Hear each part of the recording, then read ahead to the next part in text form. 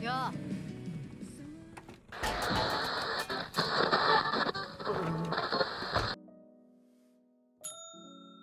Alright, welcome back, you useless people. We have a great show for you here tonight. Yeah, bad news, boss. No guest. So, I'm gonna go right back to the comments. Right back to the comments. Oh man, that sucks, but whatever. Whatever pays my bills. Somehow I'm still here. Let's get the board going and get our first question right now. I don't want to comment to give this video even more impressions than it deserves. But holy crap, this video was horrible. You take a few minutes out of context and completely miss his points about why the tutorial is bad and why the lockpicking sucks. He literally says it, the minigame is fine. It's how it's used that lets down players. This is just terrible LMAO. You know what, guy? You might be right. Maybe I didn't watch a 5-minute video where he just went on and on about the lockpick system like it's the greatest thing of... Sorry, it was the worst thing of all time. Maybe you're right. Maybe I'm gonna file this with our complaints department. Send it to the back. The complaints gotta look at it.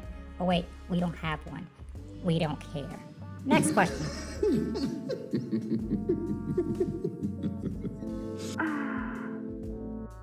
There's a chance this video is the single worst one uploaded to this website LMAO. I've seen much worse, but then I do post-mortems.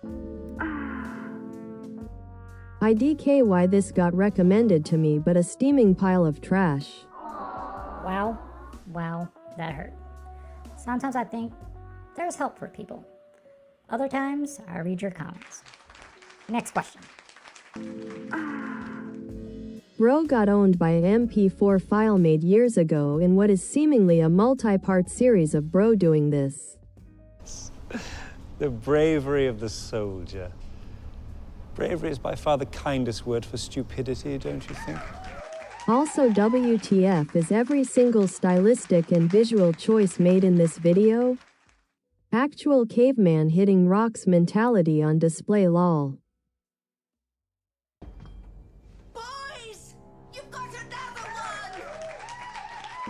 one! 433 No, the whole video is not just talking about lockpicking or the tutorial. Those are just the only clips you chose LMAO.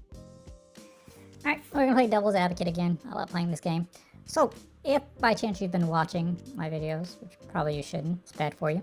But if you have been, I've done at least 5, I don't know, a lot of videos just on HBomberguy. And as of right now, 20 minutes of the hour and 20-minute video is just on tutorials, lockpicking, and basic things. And then his tangent about things that don't even matter to the game. But we'll assume you're right.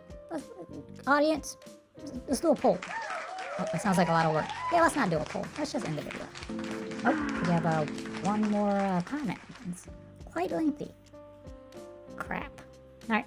So you skip the entire segment on Jekyll because, to you, it isn't important. The whole point of that segment is to demonstrate what kind of writer Moffat is and why that's detrimental to the writing of Sherlock. Like HBomb said, he's good at writing one-off episodes under someone else's lead, but isn't good as a lead writer himself. Instead of engaging with that critique to understand the points that are being made, you skip it because you haven't watched Jekyll. Neither have I yet. When I watched that video, I still paid attention to that segment since it plays a part in the overall criticisms of the show and its writing along with understanding HBomb's points. Instead of actively listening to and engaging with the critique of the show, you're just deflecting, skipping, and cutting things out of context. Not to mention the overall editing style of your videos are extremely distracting and all over the place, making it even more difficult to follow your points and what you're trying to respond to. You seem just respond in a real-time and non-scripted reaction, but the downside to that is making yourself look foolish by not properly listening to and responding to what's being said. You could still do a scripted breakdown on your thoughts without it being 2 hours. You could even cut that into multiple short videos like you're doing now. That would be 100x better than multiple videos of nothing burger ramblings and ignoring what's being said, because a show you like has had a well thought out, researched and scripted video going in depth on why it kinda sucks. There's more. Much more. Something big's coming, isn't it? Yeah, don't plan on watching Jekyll. I'm not gonna go into the fact that you haven't seen Jekyll, but you're going with HBomberguy's opinion of this show based on Jekyll. I'm not gonna get into that. Instead, I actually have a really cool video I want everyone to see. Yeah, I think that's a good way to end this video.